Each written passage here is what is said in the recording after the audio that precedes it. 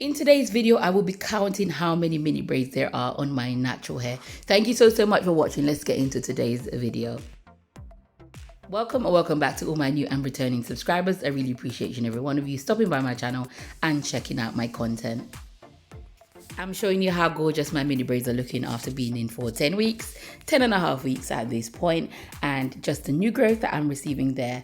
But I have never actually counted my mini braids before. I've had many requests in my comment section to actually count the amount of mini braids that I have in my hair, but I've never actually done that. I thought it'd be fun today to go ahead and count how many mini braids there are in my natural hair. So I always start by giving you a growth shot, and you can see how much my hair has grown by this point. So let's begin the counting. And as you count away, I'm going to let you count. As you count away, I'm going to talk to you about density. So just a reminder before I start talking about hair density, I'm using mini braids to grow my natural hair, long, healthy and strong hair on this channel. And to that end, I've created a ton of playlists in my playlist section. I've got also other videos on how to take care of your natural hair. So also go ahead and check out my playlist section. I've got detailed week by week mini braids and mini twist challenges to help you to grow your natural hair. And I believe that you can grow it to whatever length you want. With the proper information and care, you can get your natural hair to be as long as it can be. Wearing these mini braids is a great low maintenance way of growing out your natural hair even without thinking about it. It's such an easy style to wear and to maintain, and I highly recommend it.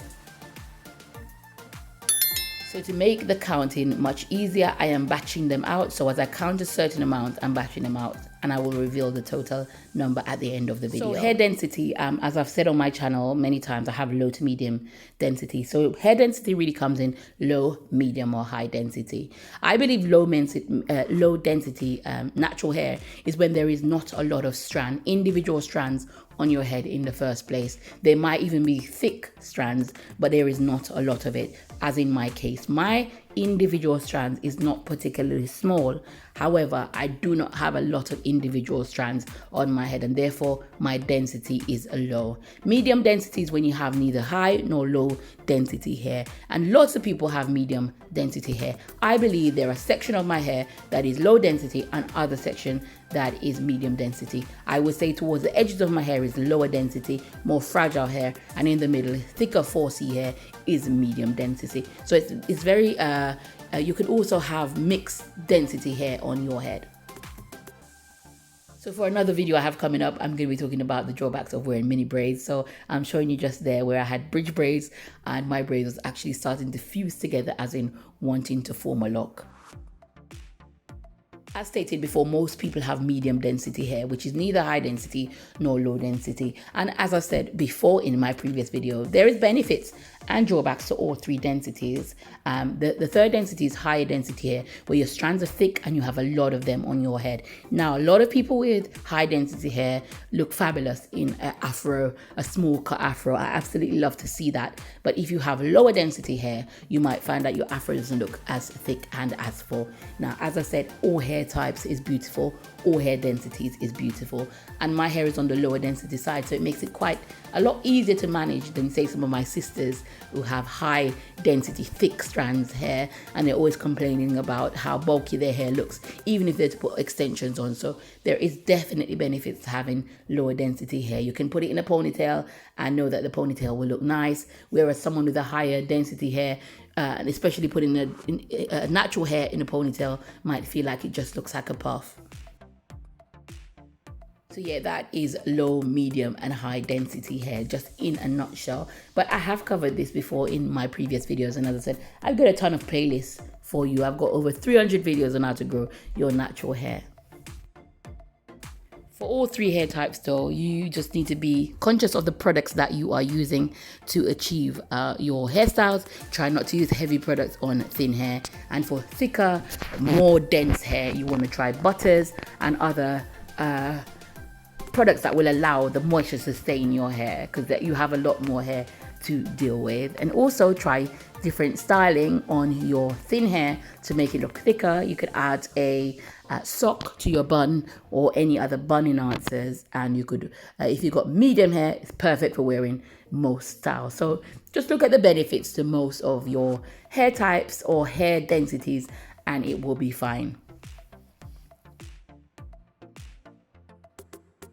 Okay, so back to the video then. I don't know if you have been counting, but you can definitely see that I've got low to medium density and there won't be a lot. I'm so thankful and grateful for everyone who has commented on the community tab to guess how much. Some people said 105, some said 96, some said 120. So we will see who is right at the end of the video. Once again, we are almost at the end of this mini braids challenge. I hope you've enjoyed it so far. 10 weeks, 10 and a half weeks into this challenge.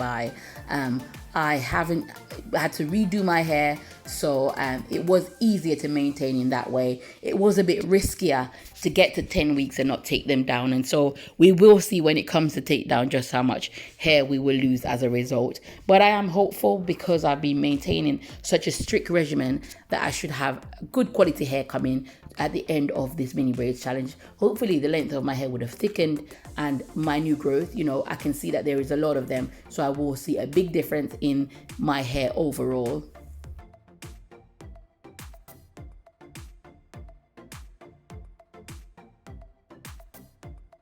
So for the next 2 weeks then, the next video after this one will be how I use henna to strengthen my natural hair in preparation for taking it down. With someone as myself on the lower density side, I can recommend henna as a way of thickening your hair. Henna has given me beautiful results, and I'll be putting out plenty more information in that video that I will post following this one on how to use henna to thicken thinner hair. If you do have high density hair and you want to use henna, do go ahead. You can just use a henna rinse, whereas if you've got thinner hair and you really want to make it a thickener, you can make a paste and leave that on for a longer period of time. It's a beautiful protein treatment for our natural hair. Then following that video will be takedown, probably another video, and then the takedown video to see the results. Probably going to be a couple of takedown videos depending on how long it takes to take out, but I will try my very best to condense it down and then show you the results of my hair. And I'll be so grateful to really hear how all the ladies are getting on this challenge. I've been reading some really lovely comments of late, encouraging me on this channel, and that's great motivation. When I read those, I'm so encouraged. Like, even if I'm tired after work, to continue to make these videos, I think about your comments and they really motivate me to get going. We are already halfway through the year. I will be putting out a video talking about our goals, and as this channel is steered towards personal growth, incorporating our hair goals into that halfway through the year review. Is certainly not too late to achieve our goals. So as we get towards the end of the video, let's count together. 1, 2, 3, 4, 5, 6, 7, 8, 9, 10,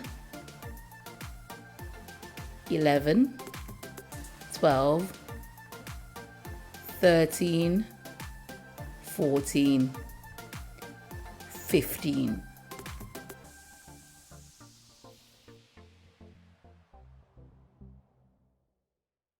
Okay, so if we know there's 15 in that section, and I've been making the others 20, then we know that there is 115 mini braids.